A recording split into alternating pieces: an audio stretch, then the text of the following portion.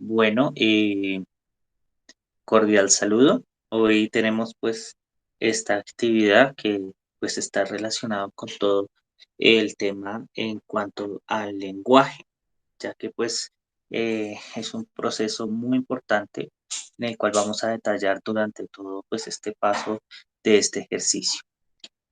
Como pues se detalla completamente pues en este ejercicio en cuanto a la actividad, el lenguaje pues es un sistema de comunicación simbólico que se manifiesta a través de las lenguas, que son sistemas estructurados de signos que expresan ideas en los que la palabra es la representación. ¿Sí? Entonces, el lenguaje es, digamos, personalmente una maravilla muy importante del ser humano, porque de allí pues determina la expresión a través de todo lo que es la escritura, la palabra, y pues de cierta manera, pues los órganos que también obviamente permiten de que se desarrolle pues este proceso tan importante, ¿sí?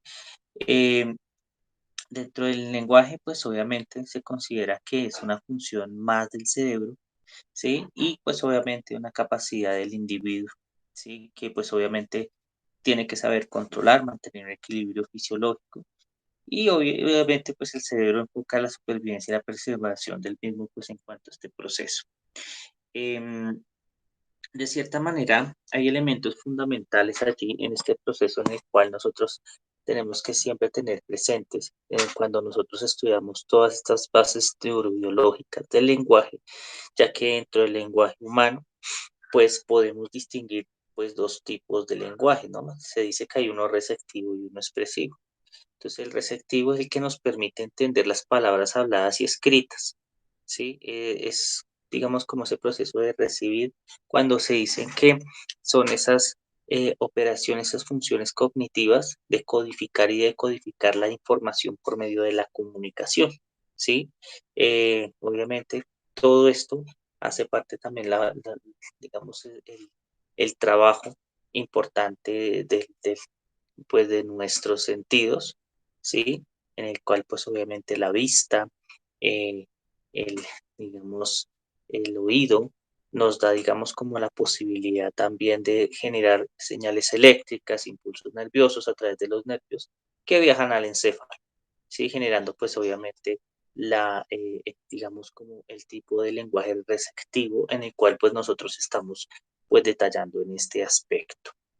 Em, Mediante el lenguaje receptivo también podemos hablar del expresivo, que es cuando pues realizamos determinados movimientos motores que nos permiten pronunciar palabras y escribir dando un significado. ¿Sí? Entonces, obviamente, pues en el lenguaje hay muchas estructuras cerebrales implicadas, ¿sí? Que pues obviamente ofrecen un sistema lingüístico muy importante allí en este desarrollo neuromuscular que nos permite pues expresar, ¿sí? Obviamente pues se tiene presente que es como una comunicación con significado, tanto en el habla como en la escritura.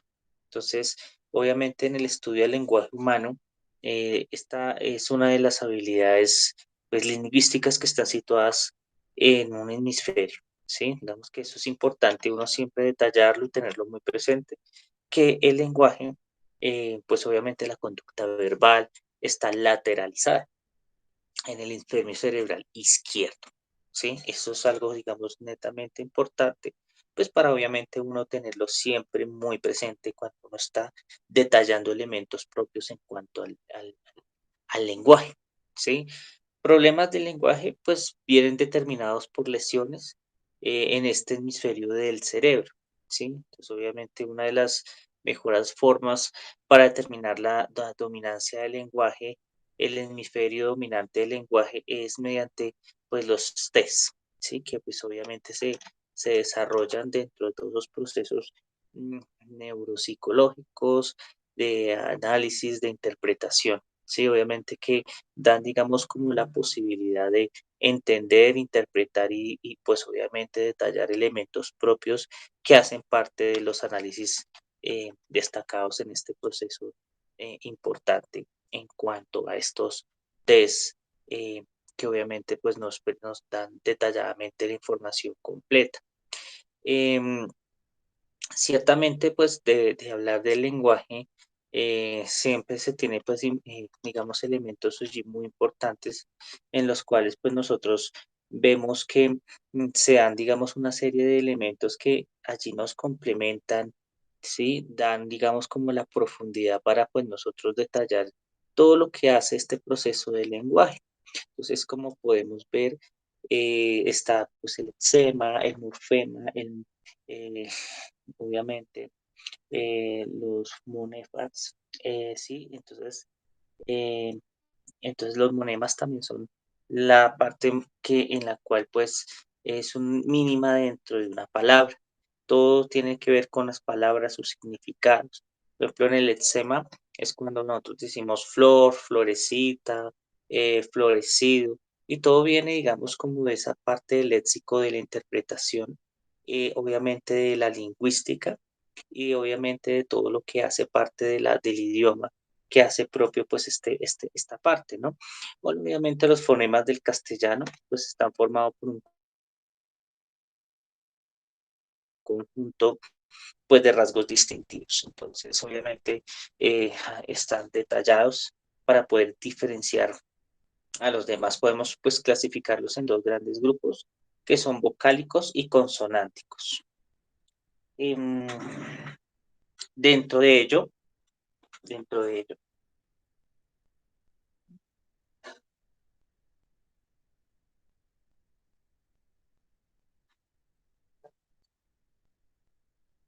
bueno, dentro de ello, pues tenemos acá elementos pues muy importantes en los cuales tenemos que tener pues muy presentes en ello. Entonces tenemos una corteza relacional con la conducta lingüística, ¿sí? En donde pues obviamente vamos a tener en cuenta las bases neurobiológicas del lenguaje, esas bases que son fundamentales. Pues bueno, se describen tres regiones que son fundamentales en este proceso y pues de cierta manera se tienen en cuenta pues muchos elementos allí como tal.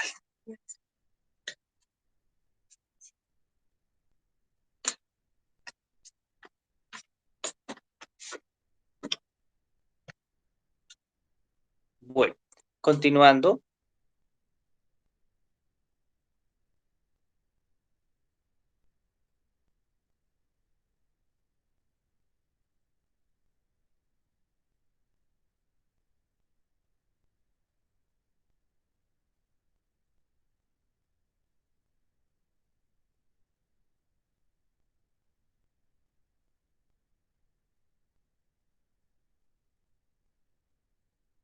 bueno, continuando con este detalle, una dificultad acá, entonces pues tenemos pues tres áreas relacionadas en cuanto a la conducta lingüística, que pues obviamente son las regiones de Broca, de Wernicke y pues de un pliegue curvo.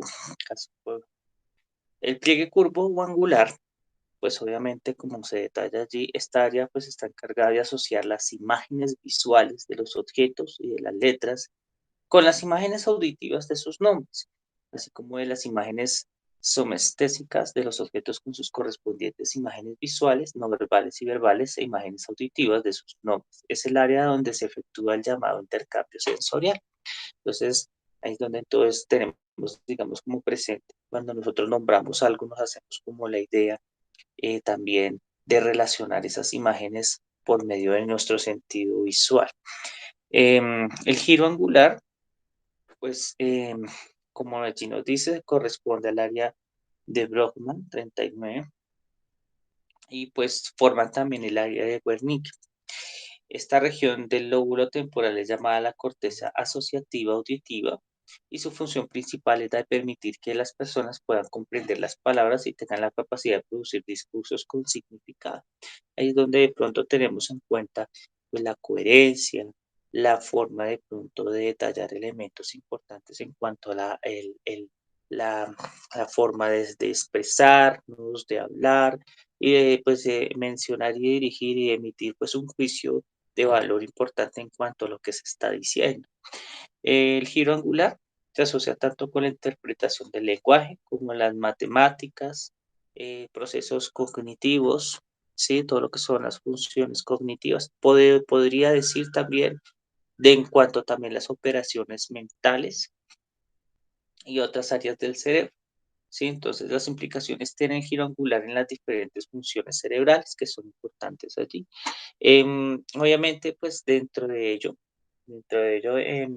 pues detallando elementos importantes del pliego curvo giro angular, llamado de esas dos maneras, está implicado pues en la lectura, ¿sí? Y constituye pues una zona de unión temporoparieto-occipital, que es digamos como lo que nuestra ciencia, nuestra investigación lo ha mencionado. Estas estructuras pues están implicadas, tienen también una conexión con, pues obviamente con las estructuras subcorticales están implicadas en el lenguaje, como los ganglios basales y el tálamo, ¿sí? Una afectación de estos núcleos o de la fibra que lo conecta, pues con esas regiones implicarían o provocarían un posible problema de afasia, ¿sí? Entonces digamos que ese es como el punto en cuanto a referencia. El área de Broca, el área de Broca, pues obviamente es un área implicada en el lenguaje fundamentalmente. Obviamente, si se encuentra, digamos, una afectación limitada en el área de Broca, se produce una afasia o, sí, digamos, de Broca transitoria, problemas articulatorios leves y necesita de lesiones más extensas para que haya una afasia de Broca persistente, ¿sí? Entonces, em, allí tenemos, digamos, como ese punto de referencia como tal. Entonces, el área de Broca, en definitiva, está ubicado pues, en el lóbulo frontal, como pues, se puede ver allí. Frontal anterior, en el mismo hemisferio que en el área de Wernicke, ¿sí? El mismo hemisferio. Y pues dan la producción del agua, del habla, perdón, mediante el envío de señales a la corteza motora del laringe, lengua y labios. Digamos que eso es una interconexión muy importante allí. El área de Wernicke está implicada en la comprensión del lenguaje, procesamiento fonológico, está implicado en el lóbulo parietal inferior y el área supramarginal. Entonces, el área de Broca y el área de Wernicke están unidas mediante las fibras, pues según lo que muestra la ciencia de todo, es unidas mediante las fibras del fascículo arqueado. Entonces, una lesión de ese fascículo provoca un déficit en la repetición del lenguaje oral, ¿sí? Entonces, digamos que eso es algo fundamental allí. Para el área de Wernicke, ubicada en la sección, pues, ya nombrada anteriormente, en la que, pues, obviamente habíamos mencionado hace un momento,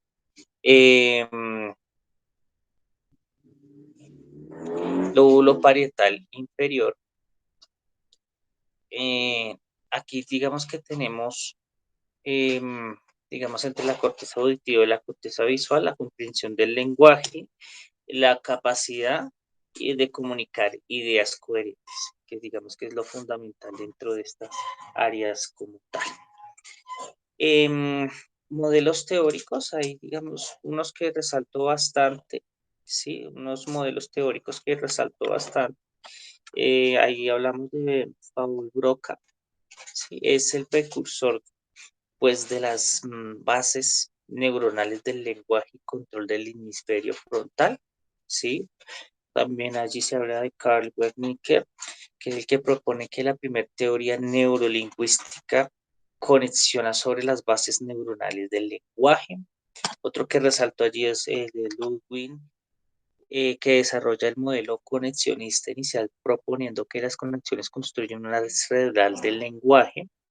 Y el otro que pues es importante y siempre que yo creo que vemos la psicología como esa ciencia tan fundamental, vamos a ver a Vygotsky, pues que refiere que para comprender el objeto a estudiar, primero había que entender las unidades de análisis, descomponer los elementos. Yo digamos que para mí son muy importantes esos modelos teóricos del lenguaje que sustentan, digamos, toda esta parte. Hay otros modelos en los cuales, pues, de análisis de investigación pero ya son como de fenómenos cognitivos en la función cerebral de la conducta humana. Entonces, por ejemplo, de neoconexionistas, la principal exponente es Norman Hesquin. Él refiere que la mente es un sistema capaz de procesar información a través de unas unidades que reciben señales. Entonces, que tiene pues una fase de entrada, una fase de almacenamiento y una fase de salida, ¿sí? De funciones cognitivas superiores, el señor Luria, ¿sí? Que pues obviamente que el cerebro existen zonas especializadas en donde funciona un todo. eh, y hay otros autores que también pues nos permiten dar, digamos, como la profundidad de lo que son los modelos teóricos del lenguaje en cuestión de hecho. Entonces, digamos que esas son como las partes esenciales en cuanto pues, a lo que tenemos, digamos, por lograr asociar el proceso cognitivo del lenguaje, pues obviamente desde el desarrollo de modelos neurobiológicos, que pues obviamente logramos entender diferentes estructuras, sus funciones y obviamente la correspondencia patológica que podría pues lograr incidir en ciertas afectaciones o en ciertos momentos a los cuales pues esta funcionalidad se vea intervenida, afectada por ciertos factores externos. Em, bueno, entonces eh, agradezco mucho por el espacio de este ejercicio. Muchísimas gracias. Eh, que tengan pues una feliz semana.